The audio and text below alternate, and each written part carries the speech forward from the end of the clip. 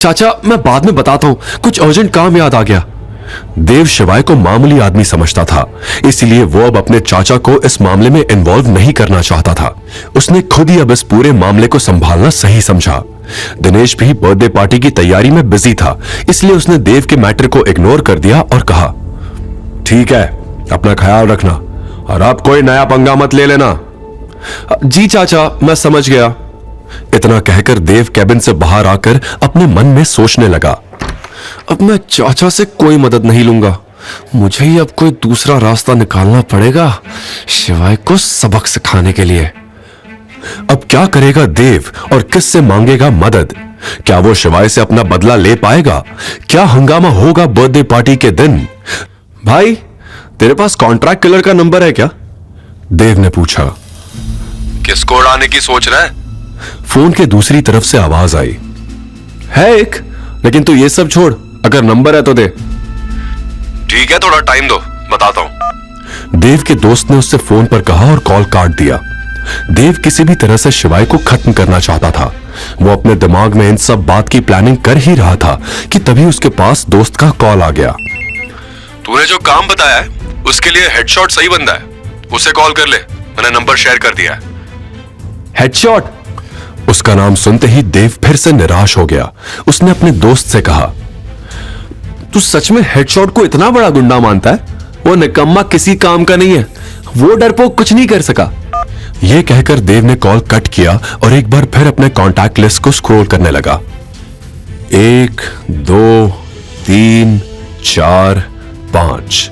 देव अब तक 5 लोगों से बात कर चुका था, लेकिन अफसोस कोई भी आदमी काम का नहीं निकला। इन 5 में कोई भी हेडशॉट से बड़े और खतरनाक माफिया को नहीं जानता था। देव को रह रहकर गुस्सा आ रहा था। वो इंडस ग्रुप से बाहर निकलकर अपनी गाड़ी में बैठा और स्टीयरिंग पर जोर जोर से हाथ पटकने लगा। स्टीयरिंग व्हील को उसने मुट्ठियों में ऐसे जकड़ लिया जैसे मानो वो उसके दुश्मन का गला हो। शिवाय शिवाय शिवाय, तू मुझसे बच नहीं सकता। इस बार तुझे पाताल से भी खोज के लाना पड़े तो भी मैं लाऊंगा, लेकिन तुझे मैं नर्क की सैर कराकर ही दम लूंगा। देव दांत पीसते हुए शिवाय का नाम ऐसे ले रहा था मानो कोई नाग जहर उगल रहा हो। तभी अचानक उसके दिमाग में एक चेहरा कौंध गया। जोसेफ, मेरा दोस्त, भला मैं इसे कैसे भूल गया? उसकी आंखें चमक उठी जैसे अंधेरे में कोई रोशनी की किरण दिखी हो। हाँ, जोसेफ, उसे जरूर पता होगा। दरअसल जोसेफ देव का कॉलेज फ्रेंड था, जिसका हमेशा से बड़े बड़े गुंडों और किलर्स से कांटेक्ट रहता था। कॉलेज में भी सभी स्टूडेंट्स जोसेफ से बहुत डरते थे, इसलिए कोई उससे पंगा नहीं लेता था। देव ने कुछ दिन पहले सोशल मीडिया पर जोसेफ का पोस्ट देखा था, तब उसकी थोड़ी बहुत बात जोसेफ से मैसेज पर हुई थी। देव ने फटाफट अपना फोन निकाला और कॉन्टैक्ट लिस्ट से जोसेफ का नंबर निकालकर उसे कॉल लगा दिया। कॉल रिसीव होते ही देव खुशी से बोल पड़ा, हेलो जोसेफ, कैसे हो तुम? मैं ठीक हूं, तुम कैसे हो? और आज कैसे याद कर लिया मुझे? जोसेफ ने पूछा। वो क्या है ना यार, मुझे तुम्हारी मदद चाहिए थी। एक आदमी को ठिकाने लगवाना है। अगर तुम्हारे पास किसी कॉन्ट्रैक्ट किलर का नंबर है तो फौरन मुझे भेज दो। ठीक है, मुझे थोड़ा समय दो, मैं तुम्हें डिटेल्स भेजता हूं। थैंक्स यार, अगर मेरा ये काम हो गया तो तेरी दारू पार्टी पक्की। देव ने हंसते हुए जोसेफ से कहा और फोन काट दिया। तकरीबन आधे घंटे बाद देव के फोन पर जोसेफ का मैसेज आया।